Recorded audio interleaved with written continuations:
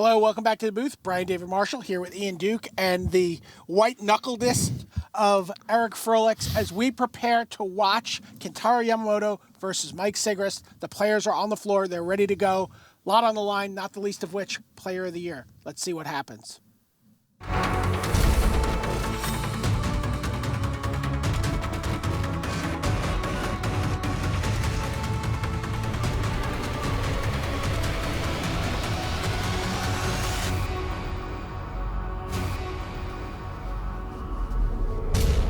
Hello and welcome to the last quarterfinal here at Pro Tour Magic Origins.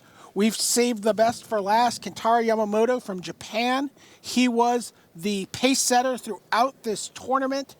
He just tore through, sat in the King of the Hill chair most of the way. He's playing Abzan aggro. His opponent is Mike Sigrist. Mike Sigrist was the last top 8 berth determined. He got in at X and 4, and Mike Sigrist emerged as a dark horse candidate. If he wins this match, he is alive for Player of the Year.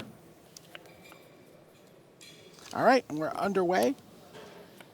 Sigrist with a mulligan to 6, I do believe. Keeping the island on the top that he drew this turn. There you see an old school ornithopter. Saw some tweets, people talking about old school ornithopter Yeah, decks. love it. Antiquities. And there's a Thoughtseize. It's going to take apart this hand.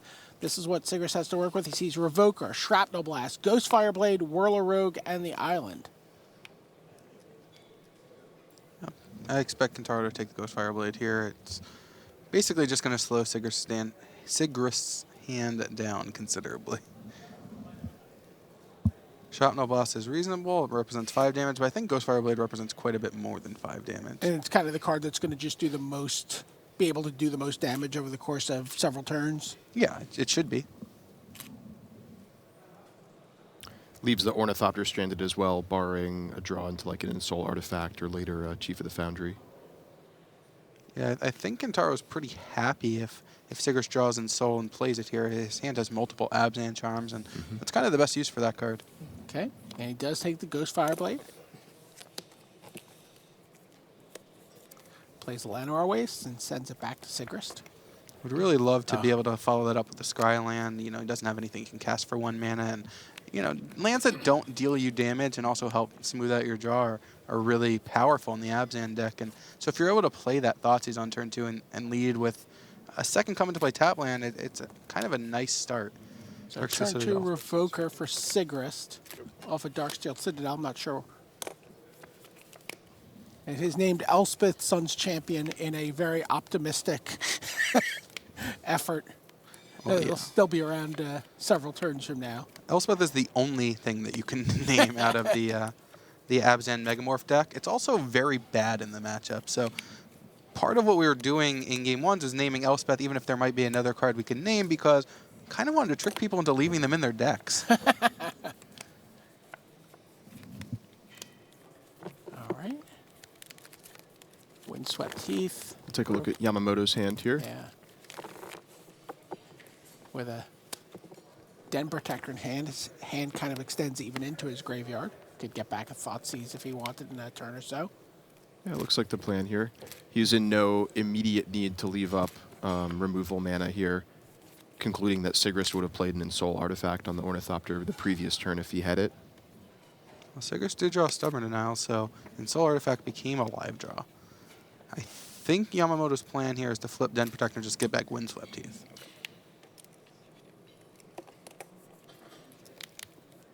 Yeah, he just wants to keep it. Oh yeah, he doesn't have another land in hand.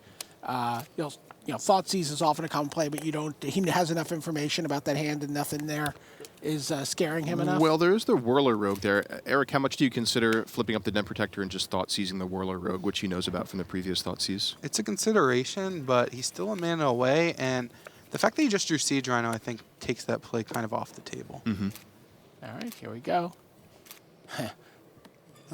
Or on the table. Thoughtseize, and that is going to be met with Stubborn Denial.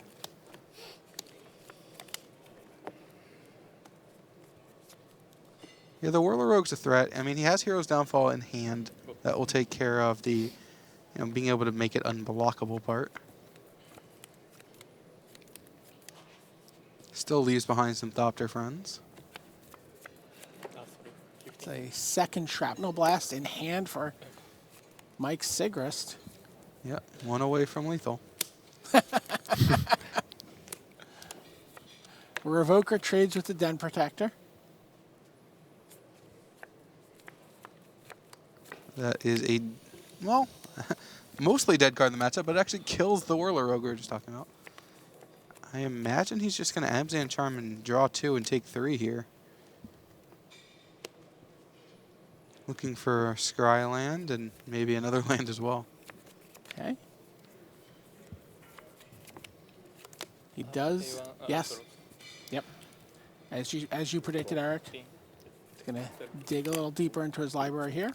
Now, this is a little dangerous, though, because as we know, Mike Sigrist has 2 copies of Shrapnel Blast in his hand. So Yamamoto dipping down to 12 life, it looks like. Yep. But Siege Rhino will mitigate some of that.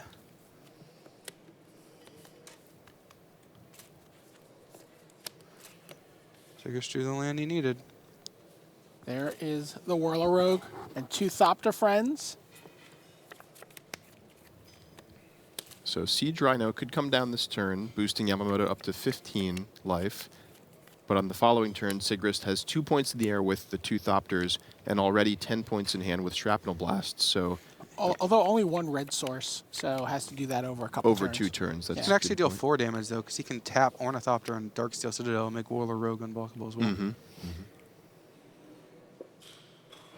That was also one of the sweet interactions with Ghostfire Blade. I saw in this deck a lot of times you could tap your Ghostfire Blade, which essentially for free. Yeah, it's a very cool interaction.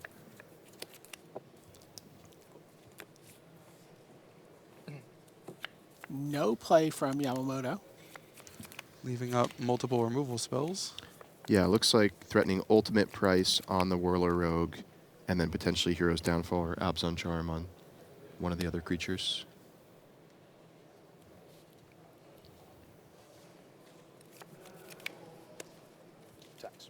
Okay. In comes Whirler Rogue and company. Whirler Rogue is going to get ultimate priced. And Yamamoto goes down to 10. And Yamamoto does not have the double black for Hero's Downfall. Not that he necessarily would have used it there.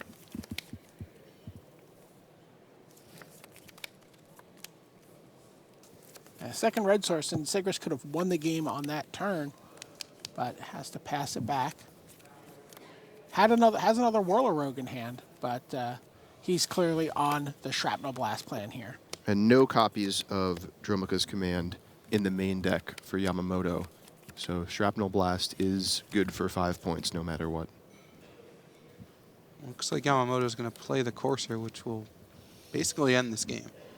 Yeah. In Sigrist's favor.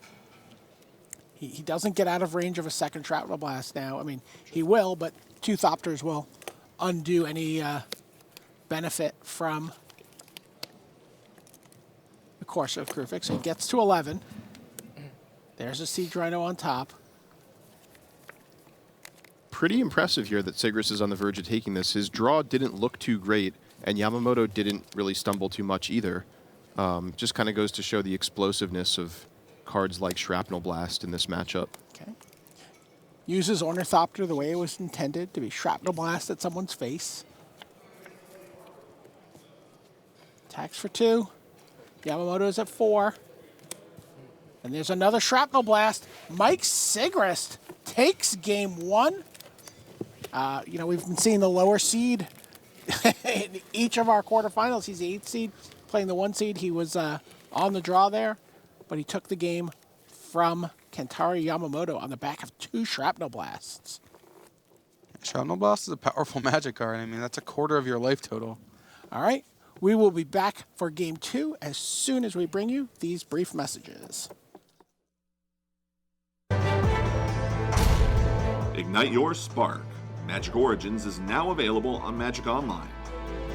Explore the new set by signing up for Magic Online at mtgo.com. The battle for Zendikar is coming to PAX Prime, and the Eldrazi are taking over. Join us for a special 1-hour Battle for Zendikar preview show hosted by Ashley Birch and featuring the Wizards of the Coast R&D team as they pull back the curtain on Magic's most exciting fall release ever. All right, welcome back. I'm looking forward to those hilarious hijinks. But in the meantime, we have some sideboard interviews with our 2 quarterfinalists. Let's see what their plan is for Game 2. Okay, going into Game 2, tell me what your sideboard strategy is going to be. すごい長期戦になるとまず間違いなく勝てないのでこのアナフェンザ3枚伝令2枚ニクスの羊2枚ロック調2枚ドロマカコマンド2枚水滅1枚の計12枚サイドインします。 Okay, he doesn't want to play a long game, so he's going to put all those 12 cards, 3 here, 2, 2, 2, 2, and 1. 12 cards come in. Wow, okay. It's a lot of cards. Good luck the rest of the way in the top 8. Thank you. Mike Sigrist, what is the plan for Game 2 here? What are you going to bring in? What are you going to take out? Well, I'm going to bring in the 4 roasts and the 3 Thopter Spy networks so that I can win a grindier game. Try to keep his rhinos off the board because those are the games he usually loses when he can turn the corner on you really quick. And hopefully keep those off the board and grind him out with the Thopter Spy networks. I'm going to take out some number of the artifact creatures because they're the worst cards in the deck. They're basically there as role players. Revokers don't really have any except Elspeth, and Elspeth's really bad. I expect him to take those out. And some number of chiefs. Might trim the collateral damage, but depends on how it goes. He has a couple different ways he can go, so we'll have to see what that is. Maybe I'll bring in a disdainful stroke as well. Okay, Mike Sigrist, good games the rest of the way to the top 8. Thanks, appreciate it. All right, welcome back. There you see the players shuffling up for Game 2 still. Eric Froelich, how do you think this matchup is going to change after sideboard here? Doesn't change too much despite there being a ton of cards. Like what Kentaro said during sideboarding is exactly what I think. You need to get more aggressive with this deck, and Anafenza is a pretty great card to do that. A turn 3/4/4 is very powerful. It also has a good interaction with Hangerback Walker, not allowing you to make Thopters. Dromoka's Command is probably the most powerful card in the sideboard. It is really good against this deck. You can fight a creature, you can sack and soul, you can counter a Shrapnel Blast. A lot of good things there. You get to cut some of the bad cards. Ultimate Price is real bad. Elspeth is real bad. And like the Megamorph package just isn't that good. It's a little bit slow and doesn't interact very well with Thopters. So you get to do some good things for your deck. So does Sigrist, though. Roast is a great answer to Courser and Siege Rhino. And deck's really strong. It's just tough sometimes to beat that Ensoul plus Stubborn Denial combo. Abzan has some good removal. Abzan Charm can get rid of an Ensouled Darksteel Citadel or anything else. But Stubborn Denial will shut that down for 1 mana. Ian, what do you think about the rumors of the Thopter Spy network infiltrating our feature match area here? Yeah, it's pretty interesting. As Sigrist said, he wants to prepare at least for a grindier matchup. I mean, his A plan is still just going to be to run away with the game with something like an Ensoul Artifact early in the game. But he knows that Yamamoto is bringing in a lot more mid-range power, removal spells, things that will keep him alive, and so the game is likely to transition more into the mid-game, and that's where Thopter Spy Network really shines. It's very difficult for the Abzan deck to deal with, and just provides an endless stream of threats. All right, we see the players drawing up their hands. See if I spy a Thopter Spy Network, couple lands. That looks like lands and spells for Yamamoto as well. Is that 5 lands? It looks like 5 lands, a Hero's Downfall, and a Siege Rhino. Oh, not a quick hand.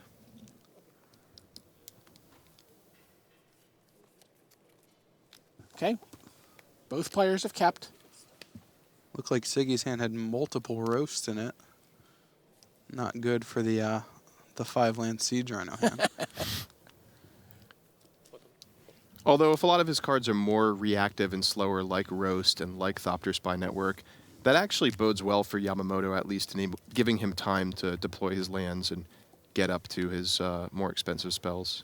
He's boarding out a lot of his expensive spells. Like he said, he wanted to go lower to the ground and didn't want to play the long game. So, yeah. But we'll perhaps with a couple of Scry lands in his hand, he figured he's going to, sift a little deeper into his deck over the first couple turns and maybe not be as under as much pressure somehow from Mike Sigrist. I don't know.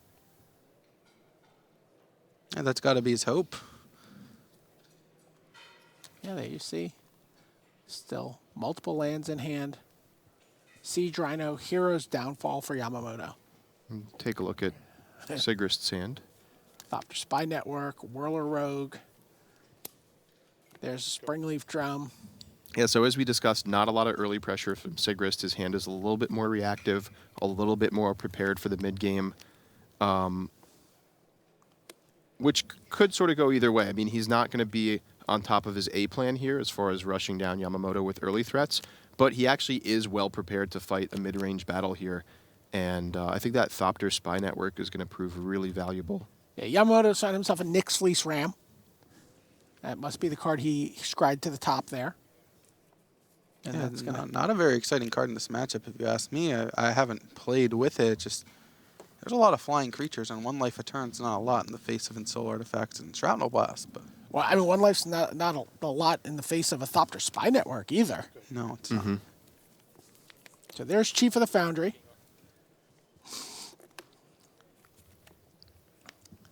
A likely target for... Still just drawing more lands.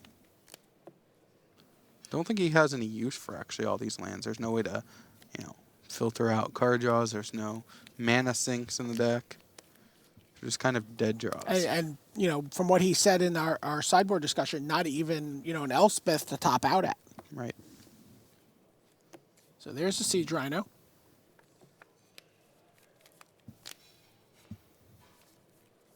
Now, does Sigrist just goes ahead and roasts that here and gets in, or, well, he can't really get in, or does he want to, if he has the land, he doesn't even need the land, he can develop his Spy Network with the Springleaf Drum here. Now, Yeah, it's an interesting spot of whether you want to, try to progress your board or, slow him down. The fact that he has another 2-drop to cast okay. gives him, there's just more reason to actually play your spells out. If you draw a land, you can play Thopter Spy Network. If your opponent doesn't do anything, get in, get a card. It's a pretty nice spot to be in. So he roasts the Siege Rhino, and then Phyrexian Revoker comes down and names Elspeth.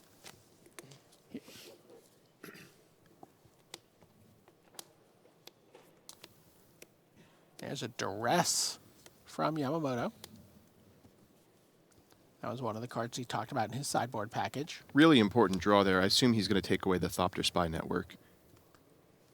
It does seem most likely. I think his hand is still just all lands and a downfall. I mean, the game just spirals away from him if Spy Network resolves, right? Yeah, I mean, his only real answer to it is Dromoka's command or just winning the game very quickly after that. Yeah, and he has no threat.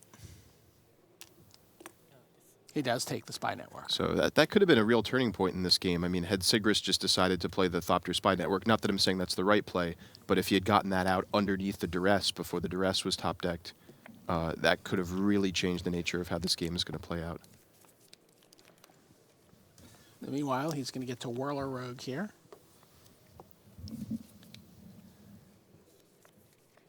Make himself a couple of 2/2s. A little help from the Chief of the Foundry. Yeah, it's one of the options. It does kind of play right into a card like Languish, though.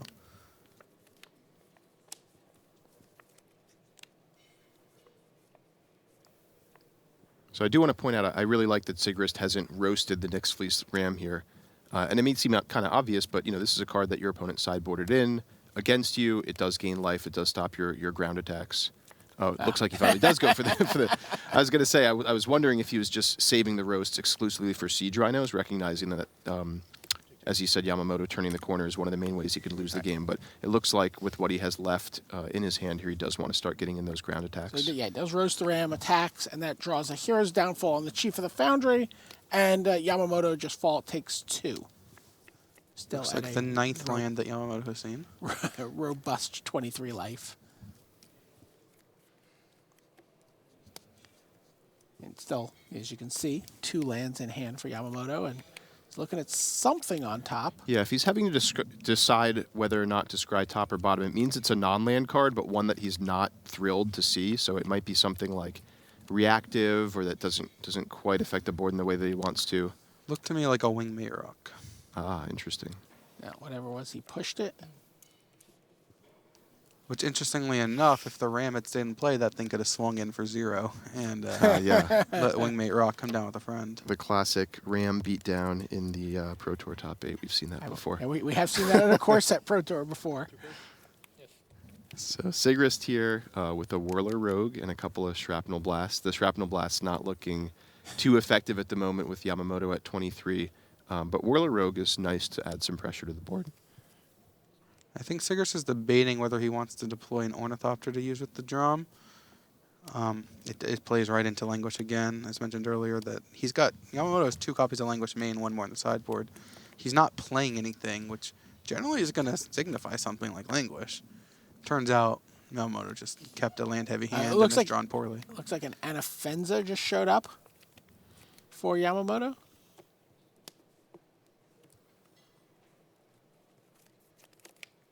Yeah, not the most exciting of draws. Also, it helps signify that, hey, I don't actually have this Languish. But at this point in the game, I think there's no single card that Yamamoto can draw that he's really enthusiastic about. I think Den Protector, getting back Siege Rhino is pretty nice. That's true. That's a good point. Or just Siege Rhino, of course. But I think, Yamamoto getting into a healthy position in this game is going to require a couple good non-land draws within the next couple turns. And now Ghostfire Blade is coming down for Sigrist. Actually, Languish would have been a very good draw that turn. Would be saving him 8 points of damage.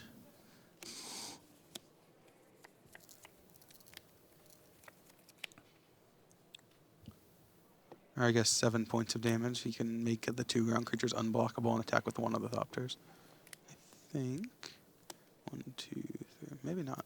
Maybe 1 short. Gonna put the Ghostfire Blade, I would assume, on the Revoker. Mm-hmm. No, Or put it on a Thopter. flyer. Same thing. Yeah, it doesn't matter either way. Same. Okay. If he attacks with the Revoker, it's all.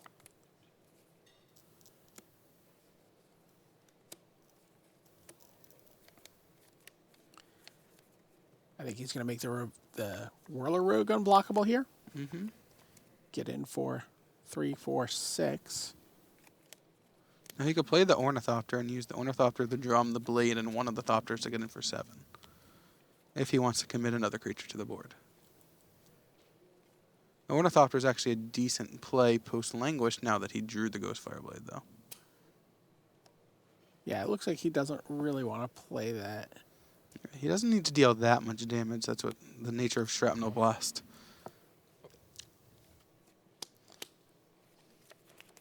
Okay.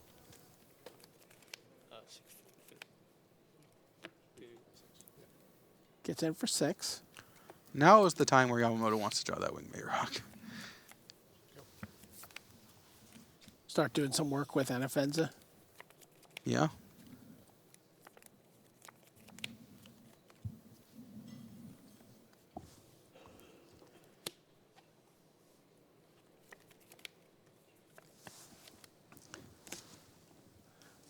Plays are at 17 all after that attack.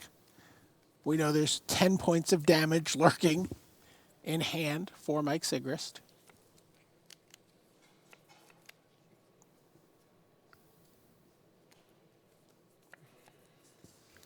Looks like Sigrist not quite representing lethal with what he has in hand alone. He can give unblockable to 2 power creature, 4 in the air for 6, and then 10 from the Shrapnel Blast if he plays the Ornithopter. I believe. That's assuming Yamamoto doesn't attack with Anafenza. Here's a Satyr Wayfinder. Misses. So Well, he's already drawn all of his lands. Yeah. So.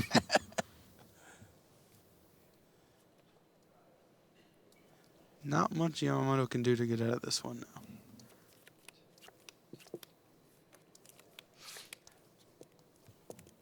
Mike Sigrist looking perfectly placid there. Yeah. Anafenza can attack or not attack. I don't think it changes the math too much.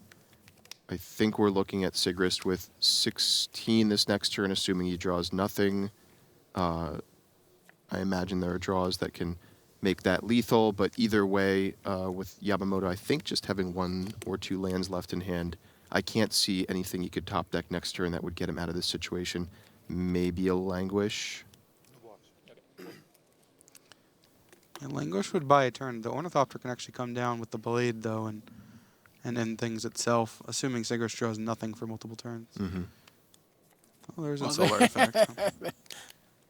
Okay, so He doesn't have enough mana to play Yeah. Solar. yeah, can't because do he can't everything Ensoul and double Shrapnel Blast, but he can set up for a very hard to avoid win on the following turn. I think he's going to play this one as if he basically drew nothing, and the Ensoul is just insurance for post-Languish. Just put that on a drum and end the game.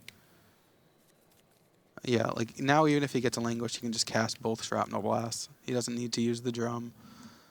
He can sacrifice 2 things that are going to die and finish the game off with Ensoul Artifact.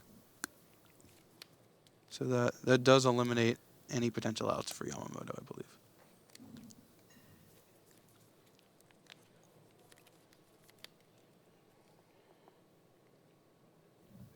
Or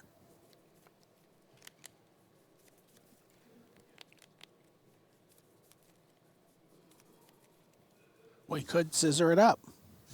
He could. I don't see that buying him a lot here compared to just keeping the option open to Shrapnel Blast. He may be thinking about something like Dromoka's Command.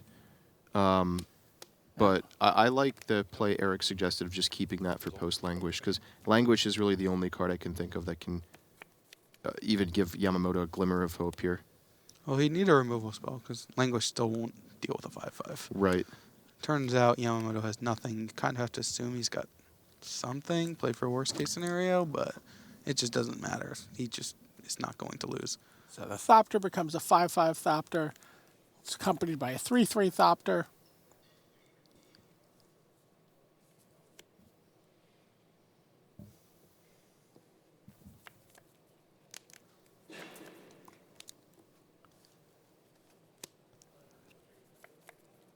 Thinking about sending the Whirler Rogue in. I guess just Eater State or Wayfinder. He can make it unblockable. He's got artifacts if he wants to. I think he wants to keep his mana open, though, Yeah, for the he probably should. for the Shrapnel Blast. So instead just, attacks in the air. With the 2 flyers, sends in the Whirler Rogue. Is he going to make it unblockable? No. Whirler Rogue gets chomped by the Satyr Wayfinder. And Yamamoto falls to 9.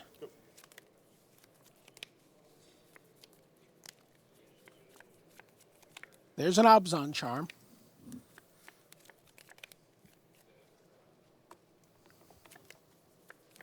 It's not going to be enough.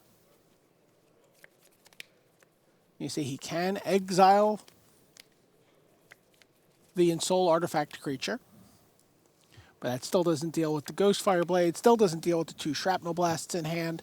Yeah, he knows about one of the Shrapnel Blasts from the earlier duress, too. He says go. Mike Sigrist is going to, at the end of the turn,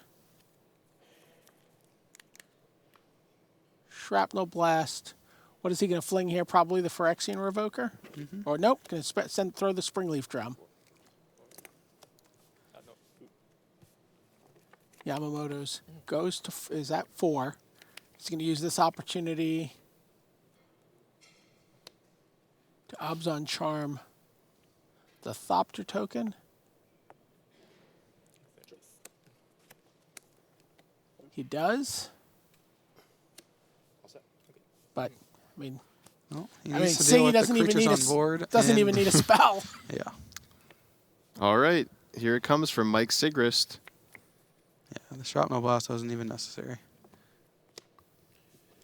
And it looks like we're going to see 4 different decks in the semifinals, BDM. Yeah, and there you have it. Mike Sigrist with Blue-Red Ensoul Artifact advances to the semifinals over Kentaro Yamamoto. Kentaro Yamamoto was in the top seed from basically round 1 of this tournament. I mean, he was undefeated for a long stretch of the event, but Mike Sigrist, 8th seed, sneaking into the top 8 on tiebreakers, has deposed him.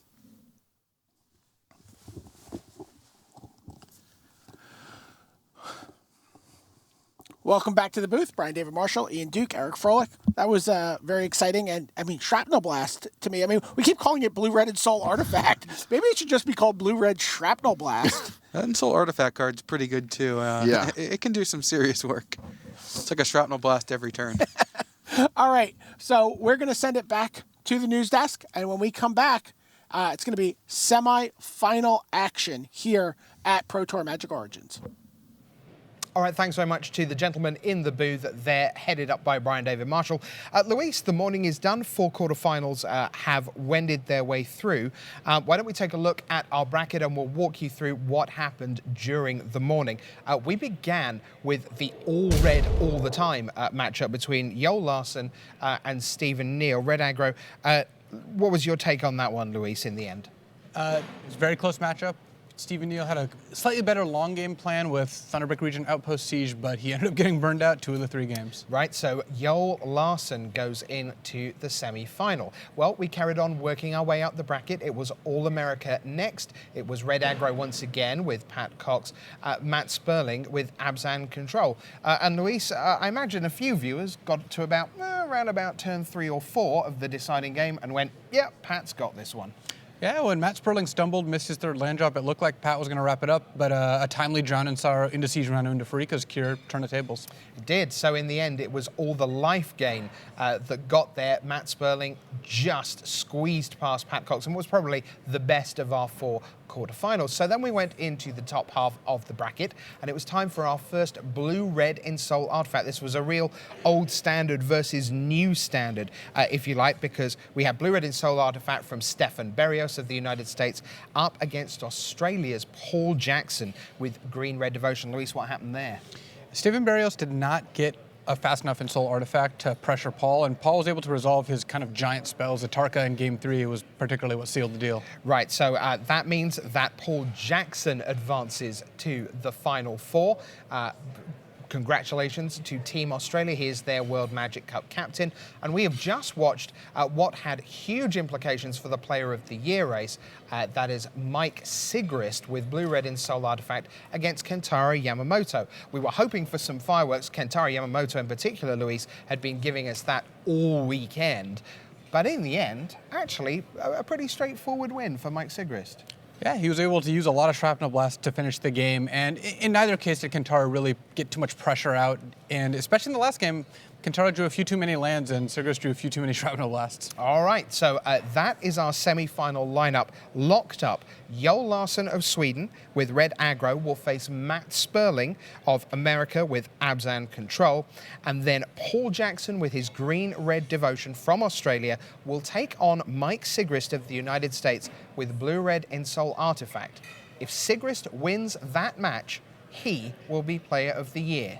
If he falls at the penultimate hurdle, then Eric Froelich will be Player of the Year. So we know either way, one more match to determine the champion of this season. All right, well, thanks very much to Luis. That puts a bow on our quarterfinal coverage.